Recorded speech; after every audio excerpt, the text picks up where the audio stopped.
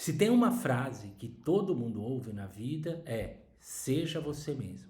E eu acredito piamente que este é um dos melhores conselhos que alguém pode receber na vida. Mas, como todas as melhores coisas da vida, isso não é algo que vem fácil ou que se consiga por desleixo, dizendo assim: eu sou assim, este é o meu jeito, este é o meu caráter, eu não preciso mudar então. Esse é um equívoco comum que cometemos, a gente compreender a sugestão de sermos nós mesmos como um abono para nos esquivarmos da responsabilidade de mudar e melhorar como ser humano. Na verdade, é bastante provável que a minha conduta não seja fruto do meu caráter, mas justamente uma consequência da minha falta de caráter. Você já deve ter visto pessoas que às vezes gritam com os outros e perdem as estribeiras, e daí, quando mais calmos, dizem: puxa, esse é meu jeito, eu sou assim mesmo. E quando você olha a mesma pessoa e a sua conduta com alguma distância, você percebe que ela não perde o controle emocional com o policial, com alguém mais forte, com alguém que está acima dela em uma hierarquia que ela respeita. Nesses casos, ela é plenamente capaz de exercer o autocontrole. E a conclusão inescapável é que a grosseria não é fruto de um descontrole emocional, mas de uma escolha deliberada com quem a gente considera que pode ser hostil à vontade. Então, ser capaz de ser você mesmo de forma honesta, não pretendendo ser o que ele é de forma conveniente, e nós sabemos quando fazemos isso, ser você mesmo é uma grande conquista. E como toda conquista, ela demanda trabalho. Que tipo de trabalho, você pergunta? Bom, primeiro de reconhecimento. Para ser quem você é, antes você precisa saber quem você é. Isso nos leva à pergunta mais profunda da história, que filósofos se fazem desde que o ser humano existe. Quem sou eu? Para você ter uma ideia, eu vou citar como alguns filósofos trataram esta questão ao longo de milênios de história. Por exemplo, quando perguntaram o que era difícil na vida para o Tales de Mileto, ele respondeu: conhecer a si próprio. Da mesma forma, o filósofo Heráclito disse que a nossa alma é profunda, dando o mesmo sentido. Sócrates dizia que o mergulho em si mesmo é um exercício contínuo e interminável de apneia, pois jamais alcançamos o fundo da alma. Você pega o Santo Agostinho e ele escreve que Deus é mais íntimo de mim do que eu mesmo. Percebe? É difícil conhecer a si próprio de forma honesta e profunda. Se é difícil conhecer a si próprio, como eu posso ser eu mesmo? Afinal, quem sou eu? Claro que a resposta para essa profunda pergunta é algo que a gente descobre ou reconhece, se é que reconhece, no decorrer de uma longa jornada, que é este processo chamado vida. Portanto, chegar a este reconhecimento de si mesmo é um sinal de sabedoria, é como receber um prêmio pela coragem de empreender nessa jornada. Talvez seja por isso que lá no templo de Delfos, na Grécia, havia uma inscrição logo na sua entrada dizendo: conhece-te a ti mesmo. A outra também, inscrição que dizia: nada em excesso, mas a mais famosa é essa aí. O mais curioso disso, que eu acho, é que se você pensar por uma dessas ironias do destino, dentro do templo havia uma pitonisa, um oráculo para a qual as pessoas faziam todo tipo de pergunta. Como se elas ignorassem a advertência na entrada do templo para buscar a resposta em si mesmo e todos preferissem ouvir a resposta pronta da vida da boca de outrem, no caso do oráculo. Então este é o primeiro ponto. O segundo aspecto é que não somos uma ilha. Nós vivemos em sociedade. E com o tempo você vai perceber que os próprios membros da mesma sociedade que disseram para você ser quem você é, logo vão dizer, no primeiro minuto em que você ousar ser você: opa, mas espera aí, assim também não. Melhor ser desse jeito aqui, ó, falar assim. E vão tentar te colocar em uma caixinha e, mais do que isso, recompensar bem quem se adaptar à caixinha. Então, ser você mesmo em uma sociedade que faz de tudo para que você seja qualquer outra coisa é uma grande conquista. Aliás, o próprio Jung tem uma frase que eu gosto muito sobre isso. Diz assim: o mundo vai te perguntar quem você é, e se você não souber, ele responderá por você. Então, veja que quando dizemos que a sociedade tenta fazer de você outra coisa, isso não é um modo de falar, uma frase de efeito. Ela fará, se você assim permitir. E há razões para que seja assim. O Freud, ele propôs uma teoria bem interessante para isso. É assim, presta atenção. Toda sociedade tem uma determinada cultura. Freud, esta cultura nasce da necessidade humana de regular e controlar os instintos e impulsos individuais, especialmente aqueles que poderiam ameaçar a coesão social, como os impulsos sexuais e agressivos, por exemplo. Ou seja, de modo geral, a cultura, conforme Freud coloca, pode ser considerada sob dois principais aspectos. Eu já vou explicar o que eles significam, mas presta atenção. O primeiro é a capacidade adquirida para a obtenção das satisfações das necessidades do indivíduo. Ok, mas o que ele quer dizer com isso? Isso diz respeito às coisas que herdamos socialmente. Pegue, por exemplo, a agricultura. Ninguém nasce agricultor. A agricultura é uma técnica que o homem desenvolveu há milhares de anos e vem aprimorando desde então. O ser humano aprende a usar a terra, as técnicas da sua cultura, visando a satisfação de suas necessidades, por exemplo, alimentação. Isso que diz o respeito, o item 1 que eu citei, a capacidade, cultura é a capacidade adquirida para a obtenção das satisfações das necessidades do indivíduo. Tá claro? Isso nos leva ao item 2, que é compreender a cultura como relações que se estabelecem de forma institucional para regular a divisão dos bens acessíveis, que na prática significa tanto o estabelecimento das leis formais que regem uma sociedade, como também as normas sociais, os códigos morais e éticos, que podem ou não estar codificados em leis, mas que visam ditar como uma sociedade se organiza e distribui recursos e riquezas entre os seus membros. Logo, podemos inferir o seguinte: a existência de um profundo paradoxo entre as práticas individuais e o coletivo.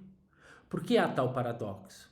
Quando olhamos para a satisfação das necessidades do indivíduo e do coletivo, é evidente que há conflito estabelecido, pois todo indivíduo tem interesses que, de um modo direto e indireto, não correspondem necessariamente às necessidades do coletivo. Tanto Freud chama a atenção para a relação de permanente conflito que há entre os seres humanos, isto é, o outro é sempre um inimigo em potencial, um entrave para a satisfação dos meus desejos.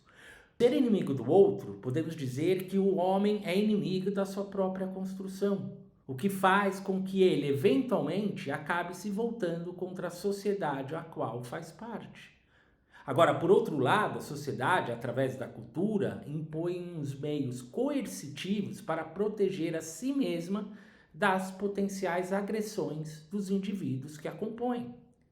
Neste sentido, o conflito está estabelecido. Ora, é importante notar que, para o Freud, os meios coercitivos são também os meios que possibilitam as reconciliações. E, por que não, a recompensa cultural. A recompensa cultural, ao que Freud se refere, pode ser entendida como as satisfações das necessidades que os indivíduos obtêm ao se conformarem às normas, ao se conformarem aos valores e regras daquela sociedade. Mesmo que a cultura imponha restrições aos impulsos individuais, ela também oferece benefícios e recompensas que vão além das necessidades básicas. Do que eu estou falando?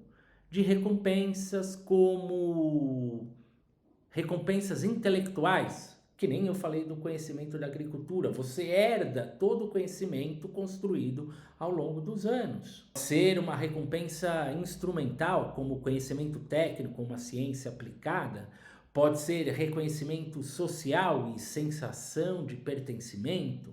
Pode se manifestar através de benefícios materiais e econômicos, como acesso a cargos, posições, bens e serviços, dinheiro, etc. Enfim, a recompensa cultural se refere aos ganhos que os indivíduos podem acessar ao se adaptar e participar ativamente da cultura, desde o reconhecimento social até a realização pessoal em diversos campos da sua vida. Os benefícios, eles são muito importantes. Por quê? Porque eles funcionam como uma espécie de contrapartida aos sacrifícios e restrições que a cultura impõe ao indivíduo, ou seja, a recompensa que todos aqueles membros recebem por manterem seus comportamentos de modo compatível com os valores sociais entendidos como válidos para a manutenção e desenvolvimento social, uma recompensa pelo seu bom comportamento. Talvez por isso você vai reparar que as escolas, hospitais e prisões sejam construções tão parecidas. A recompensa é, portanto, um importante fator sociocultural de equilíbrio nas relações, nas interações sociais, digamos assim. Por quê? Porque é fundamental que haja uma recompensa social, pois, segundo Freud, o sacrifício para reprimir os impulsos é enorme. E os membros que adaptam a sua conduta individual conforme as regras estabelecidas sempre esperam receber a recompensa como prêmio pelo seu sacrifício pessoal feito. Por isso que o preço da recompensa é alto, porque ela cobra um dos preços mais altos para o ser humano. Exige-se que você abdique de ser quem você é, que você deixe de viver de forma espontânea. E a questão se torna mais problemática quando prêmios envolvem dinheiro, poder e status. Porque na prática o que acontece é que eu, que detenho o poder, digo como você deve ser para receber a sua parte na recompensa. Não porque eu lhe inspiro a ser melhor, ou porque você reconhece que eu sou melhor, ou mais virtuoso, ou coisa do tipo. Não porque eu sei o que é bom, belo, justo, mas apenas porque eu tenho a caneta na mão. Porque ostento as coisas que você quer ter. Eu tenho dinheiro e poder, ou as duas coisas juntas, de modo que eu defino os parâmetros de como você deve viver para que, eventualmente, eu lhe dê a sua recompensa, se você se comportar direitinho, né? Geralmente, quem se comporta direitinho? O psicopata narcisista que aceita jogar este jogo. Isso explica por que sociedades decaem ao longo do tempo. Afinal, é justamente a combinação da falta de empatia emocional do psicopata e a necessidade compulsiva de controle que permite que eles rastejem até o topo, independente sobre os cadáveres de quem ele considera concorrente. Disse o Krishnamurti, a educação baseada no progresso individual e lucro só pode construir uma sociedade competitiva, antagonista e impiedosa. Aí, uma vez no comando, tais pessoas criarão sistemas burocráticos de vigilância para estabelecer uma arquitetura de escolha para seus súditos, que deverão provar cada vez mais a sua fidelidade à causa.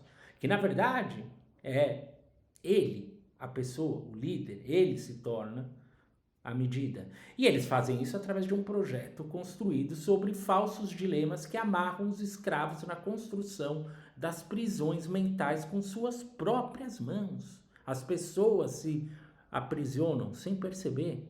E aí, de forma previsível, os escravizados que desejam poder logo tornam-se escravizadores. Os abusados tornam-se abusadores. Assim que a falta de qualidade dentro de uma sociedade é substituída pela valorização da quantidade. A falta de horizontalidade é compensada pela verticalidade. A falta de amor é compensada pelo aumento do poder. Por isso que o filósofo inglês John Gray, que eu gosto muito, ele escreve no seu livro A Alma das Marionetes que nas tradições místicas, ao longo da história, a liberdade sempre teve um significado de condição íntima na qual a consciência normal do ser humano foi transcendida. A liberdade não é simplesmente uma relação entre seres humanos.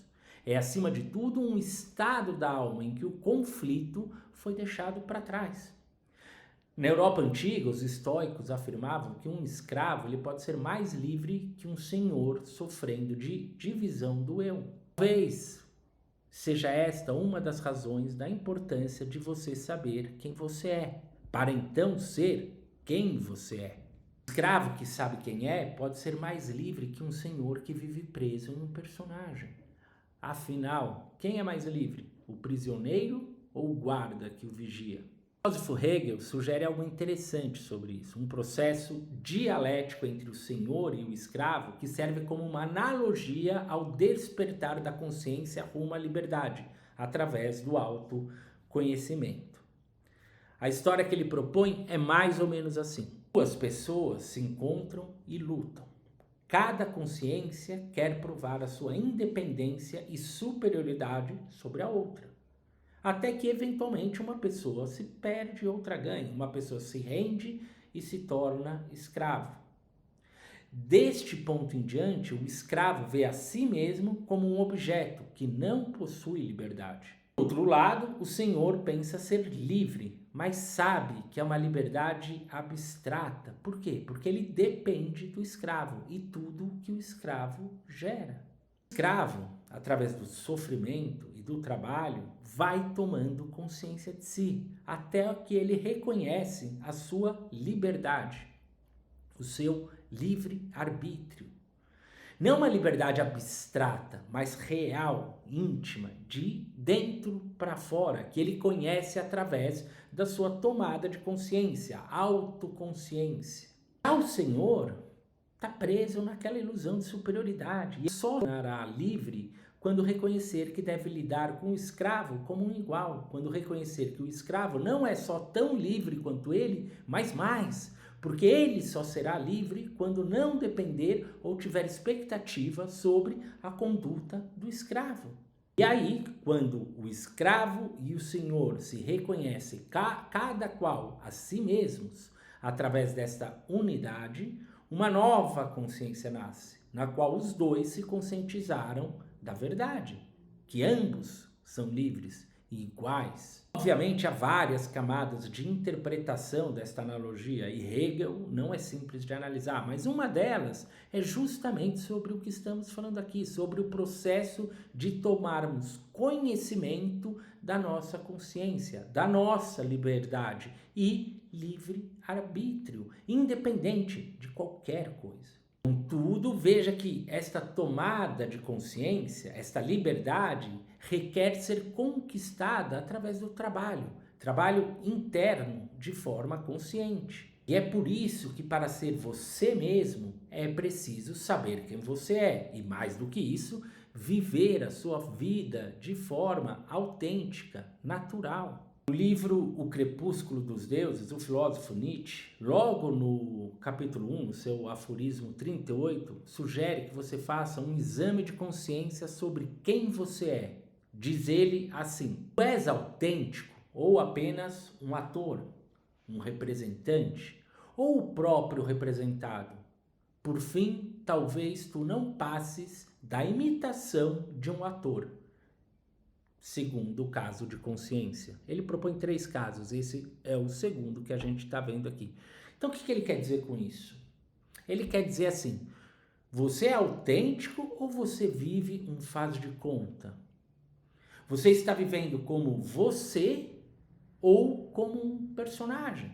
Será que você é como a personagem Ivan Ilitch do livro do Dostoiévski, que vive a vida de alguém para só ao final se dar conta que viveu de forma quase consciente toda a sua vida, que valorizou as coisas erradas, que desperdiçou o seu tempo? Você está vivendo a sua vida ou vivendo os valores que os outros pensaram para você, por você? Quando ele pergunta se você é autêntico ou apenas um ator, o Nietzsche ele está te perguntando e pedindo para você analisar a si mesmo, honestamente, se você age de acordo com a sua verdadeira essência ou se apenas representa um papel, talvez para agradar os outros ou para se adequar as expectativas sociais, por exemplo. Quando ele pergunta se você é um representante ou o próprio representado, ele leva essa reflexão mais adiante. Por que ele diz isso? Porque ele sabe que o ser humano adora viver um faz de conta, um auto-engano. Portanto, pode ser que, mesmo quando pensamos que estamos sendo nós mesmos, talvez estejamos apenas representando aquilo que acreditamos ser, ou seja, o próprio representado, que poderia ser a ideia ou a imagem que criamos de nós mesmos e não a nossa essência verdadeira, não quem nós somos. É como se a pessoa tivesse tão imersa no papel que criou para si mesma que não conseguisse mais distinguir entre representação e autenticidade. E a autenticidade. Será que você é um autor que exime a si mesmo da responsabilidade de guiar-se pela vida? E pode ser pior, o Nietzsche vai propor. Ele falou, talvez nem um ator você seja, porque um ator é um artista. Ele é um artista de verdade, ele interpreta e sabe disso. Agora, saber que este conflito entre os anseios individuais e deveres sociais está posto de antemão pode nos ajudar a encontrar o equilíbrio entre manter a nossa individualidade sem deixar de cumprir o seu dever social, sendo sábio e flexível, mas sempre sendo você mesmo, agindo de forma espontânea e natural. Sobre isso, Paul Bruton fala algo interessante. Ele assim, que a filosofia ela não requer e nem deve requerer que você se torne perfeitamente indiferente às suas preocupações pessoais. Ela não é extremamente idealista. Atenda aos anseios e preocupações, né, adequadamente, mas faça com um espírito transformado. Para uma pessoa sensível, viver no mundo é difícil. A pessoa sensível é tentada a renunciar, a abandonar ou se esconder do mundo e seguir o seu próprio caminho. Mas se ela obtém a paz interior e pratica o suficiente para permanecer em seu próprio centro, a vida mundana se transforma em seu sacramento. É percebida como um drama espiritual passageiro, efêmero, como é de fato. E aí ela se torna suportável filosoficamente. Ser desapegado do mundo não significa ser desinteressado do mundo.